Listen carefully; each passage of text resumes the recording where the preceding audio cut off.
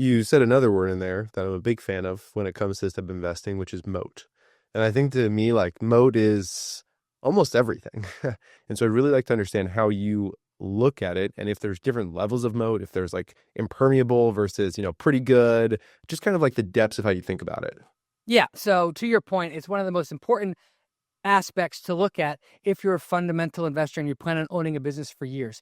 A moat is some attribute that is unique to the company that protects its revenue, profits, and customers from the forces of capitalism. There's lots of different sources of a company's moat. I'll tick through some of them. So there's network effect, which is when every new user makes the platform more valuable for all existing users.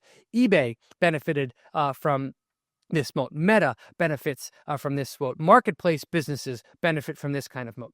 Another moat is switching costs. When you, the user, experience pain in some way for switching away from a service. So as an example, I haven't changed banks in 25 years, not because there aren't better banks out there, but because the time and effort needed for me to undo all my financial entanglements with my bank to switch over, the cost to me as a consumer, even if it's not in dollars, it's in terms of time, isn't worth going through the pain and agitation of switching. I think AWS is a big one there as well. Absolutely. AWS has switching costs. Adobe has switching costs. Anytime you put a lot of time and effort into learning a software or how to use a medical device, there are huge switching costs to go into an alternative provider.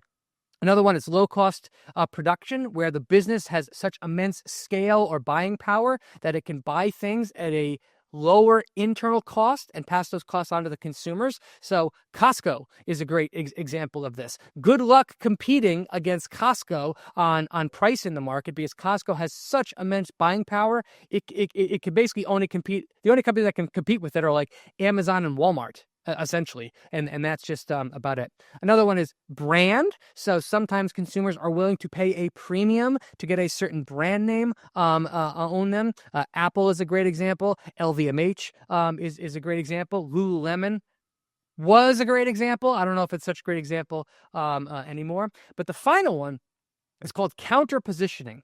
This is when a company creates a new business model that the incumbents in that industry cannot match because it would cost them revenue. The easiest way to visualize this is Netflix versus Blockbuster. Netflix and Blockbuster sold the exact same thing. Movies. There's no difference between a movie from Netflix and a movie from Blockbuster.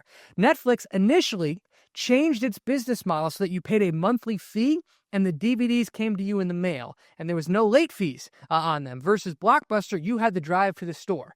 Same product, different business models.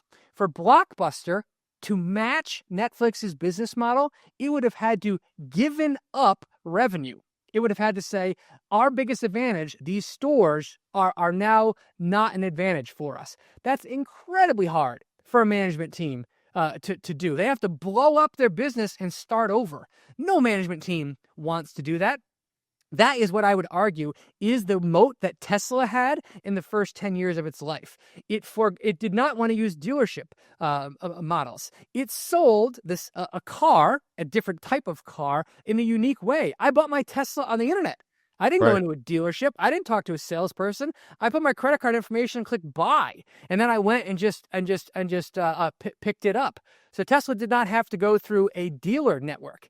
For Ford, GM, Volkswagen, Toyota, they can't do that. There's actually laws preventing them from doing that on the books. So Tesla had a unique way of selling a different type of vehicle, electric vehicles. So that's something that you really couldn't see, especially if you were skeptical of Tesla for many years, and you would think, how can it compete with Ford? How can it compete with GM?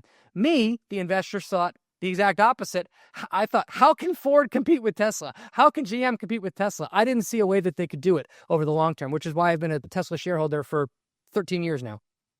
Wow. Wow. Still holding. That's crazy.